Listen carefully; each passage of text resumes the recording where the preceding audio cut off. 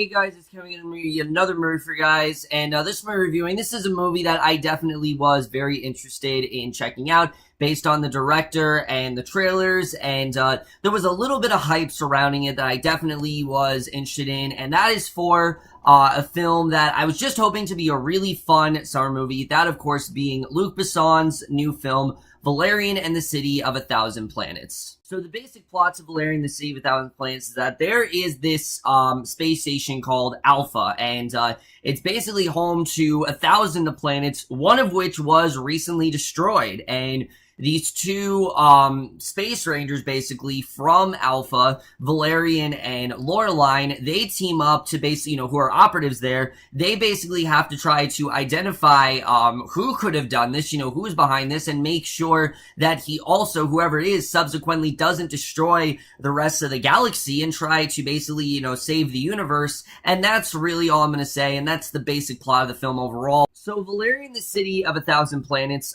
this movie, I definitely was really interested in, I have to say. I thought the marketing in general looked really interesting. It definitely looked visually stunning, and it just looked like the definition of a really fun sci-fi film. That's what I really wanted this movie to be. I didn't really need it to be anything else but just a really creative sci-fi film, and, I was really hoping that that's what this movie would be. But I was also a little bit worried because I'm not the hugest fan of Luc Besson. I'm really not. Lucy, I found to be very style over substance. The Fifth Element, I know gets a lot of praise, but I don't know. I really could not get into that movie. Chris Tucker especially really annoyed me in that movie. I just thought the movie in general was just really obnoxious, and I wasn't the hugest fan of it. However, Leon the Professional, I love. It's actually one of my favorite movies of all time. So really, like I said, Valerian could have really gone either way for me.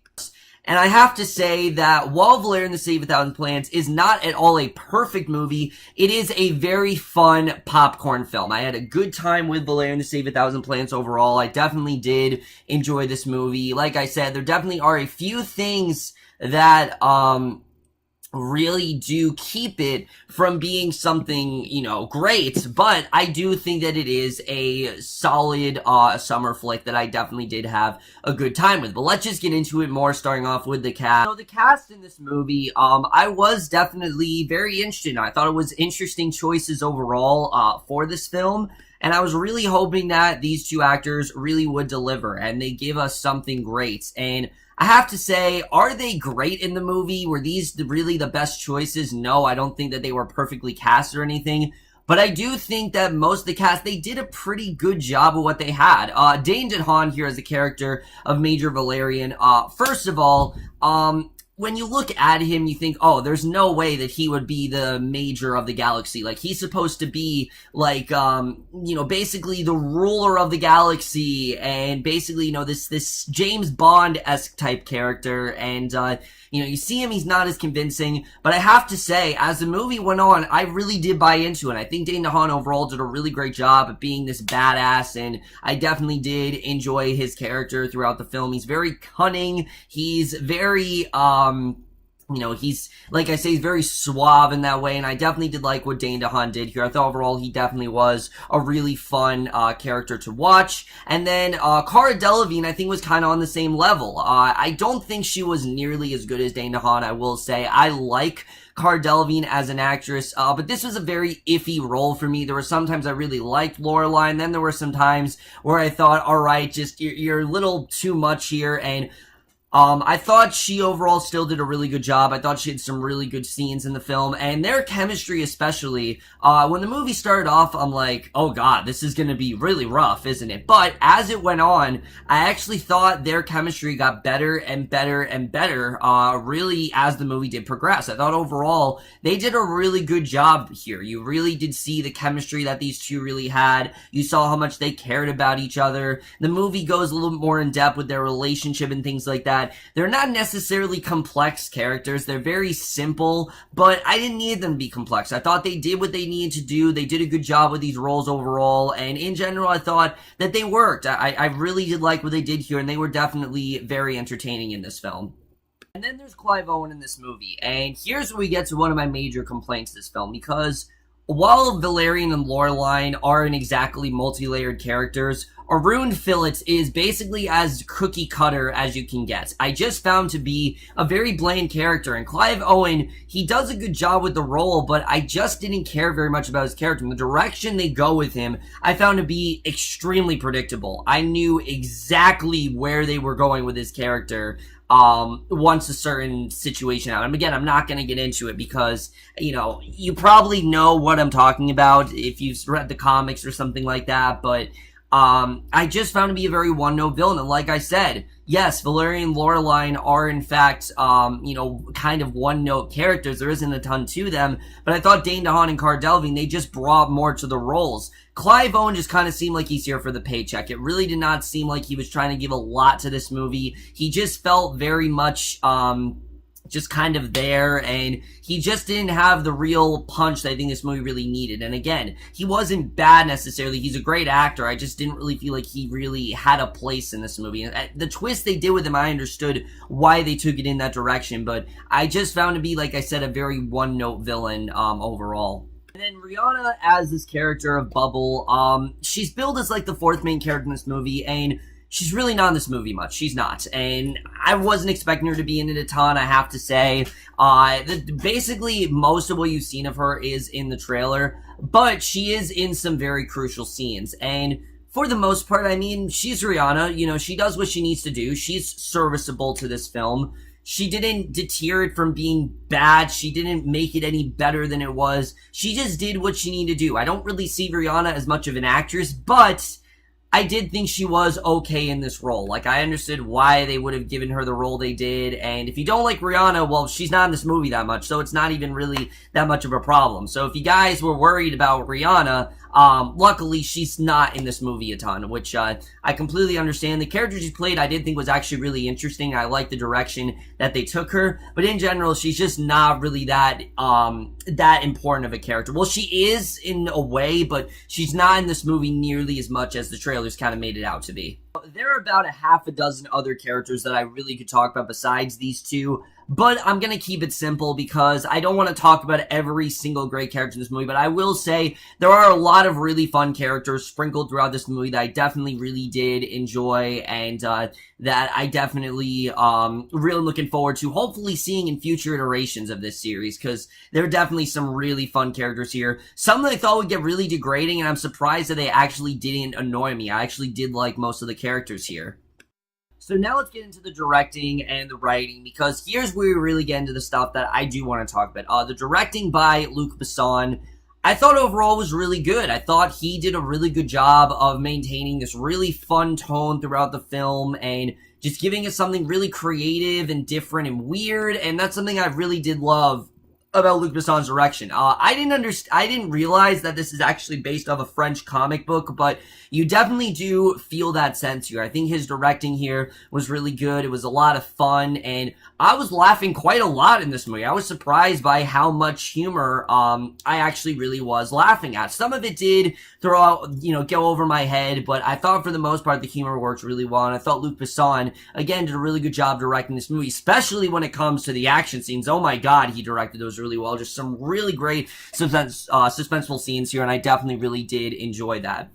The main thing that deters this movie, though, from being something truly great is the writing. The writing in general, again, like I said, Valerian and Laureline, Cara Delevinge, and Dane DeHaan do a good job in their roles. In general, they're just not really that interesting of characters, and their line delivery, especially, sometimes was very evident, and sometimes it worked, and sometimes it didn't, because the dialogue in this movie is really not all that great. There's some dialogue here that at points just feels very much like movie dialogue. Specifically, the first scene that Valerian and Laureline have together, I was like, oh shit, this is gonna be really bad. Luckily, the dialogue did get better, but every so often there are just these long exposition scenes that feel just like that. They feel like exposition scenes, and they feel like characters just stating movie dialogue. Like Lorelai says Valerian, oh, you know, you're a complicated person and you have commitment issues, and it just doesn't feel natural. It doesn't feel like stuff that characters would say. And it points to, DeHaan and Delevinge, they did a good job with making it sound natural, but sometimes the dialogue was just that unconvincing that even they couldn't really, do much with it. So in general, I was not the hugest fan of the dialogue. There was some that I definitely really did enjoy. I thought there were actually some really good scenes in there, but in general, there are quite a few dialogue scenes that just didn't really work for me. The main story in general I thought was pretty simple. I didn't think there was too much to it, but like I said, I really did get into the supporting characters in this movie. Specifically, the planets of everyone that was killed, the planet that was basically completely destroyed.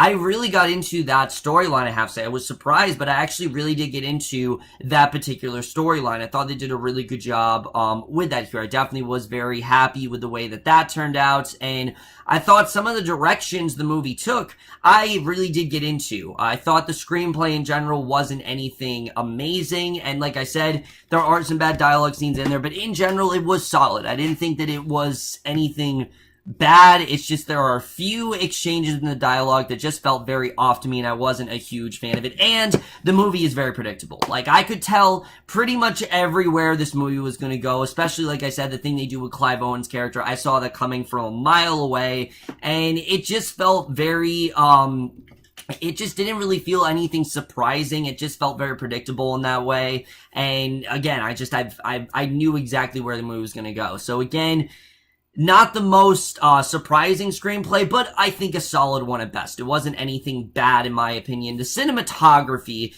is really what elevates this film, because it honestly is some of the best that I've seen in a very long time. I mean, you can really tell how much emphasis Luc Besson really put on this movie. If you guys don't know, Luc Besson has been wanting to make this movie for years. I mean, when he was a kid, his father used to read to him the stories of Valerian and Lorelai. So this is a big passion project, and you can just tell he poured his heart and soul into this film, and especially when it comes to the visuals, they are astounding to look at. I mean, they look perfect. The designs of the characters are amazing. The visuals in general, there are just so many great scenes, especially ones involving Valerian and Lorelai going through different planets.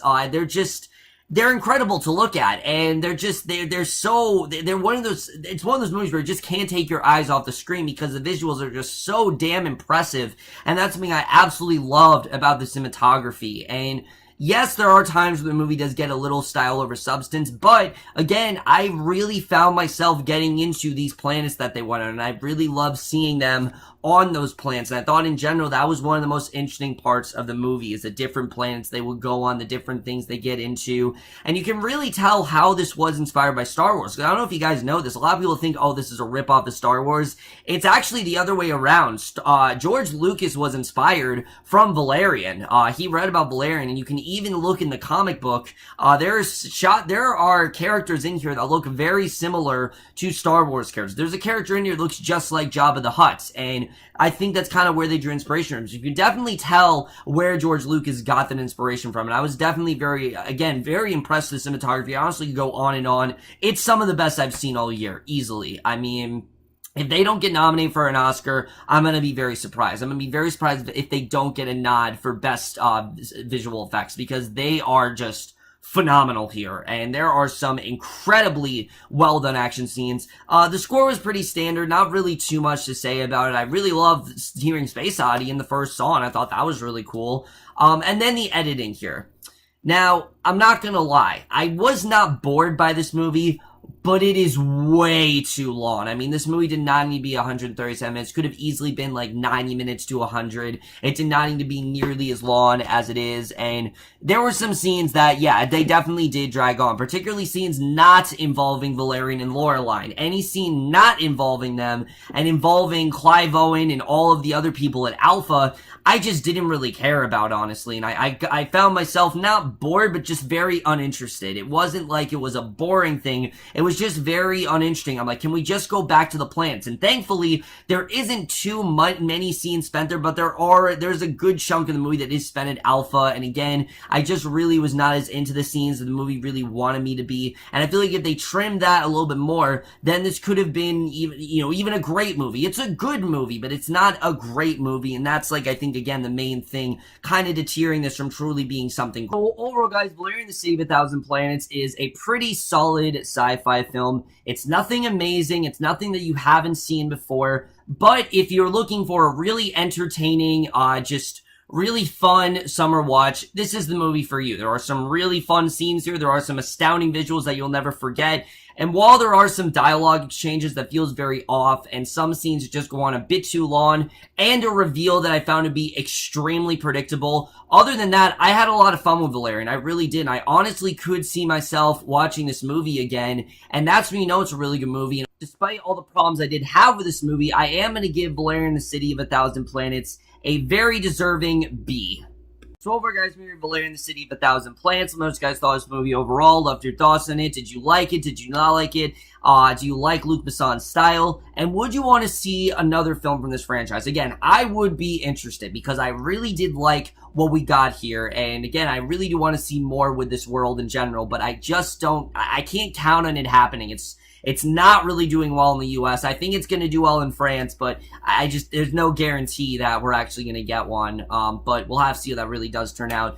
But either way, guys, my review. Hope you guys enjoyed. We'll see you guys in the next video, which I know I have a shit ton of TV stuff to do for related to Comic-Con, and I'm going to do it, but I will see you guys for that. Okay, bye.